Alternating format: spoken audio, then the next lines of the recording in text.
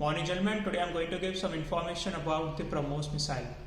The BrahMos missile is jointly developed by India's Defence Research Development Organization and Russia's NPO Rocket Design Bureau.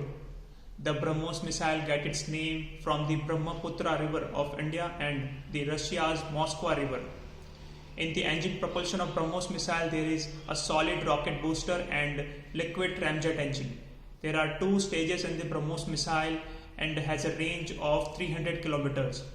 It is categorized as supersonic cruise missile and has the maximum speed of 3 Mach and is the fastest cruise missile in the world.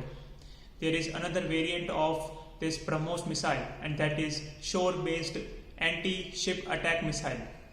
It is a hypersonic cruise missile with a range of 450 to 600 kilometers. It has the maximum speed of 7 Mach. The Ministry of Defence has already signed a contract with the BrahMos Airspace Private Limited of 1700 crore rupees for the purchase of dual role capable BrahMos missile for the Indian Navy. Dual role capability refers that the BrahMos missile can be used for land as well as for anti-ship attack missile operations, and it can be launched from land, air and sea, and all the three variants are currently in service with the Indian Armed Forces.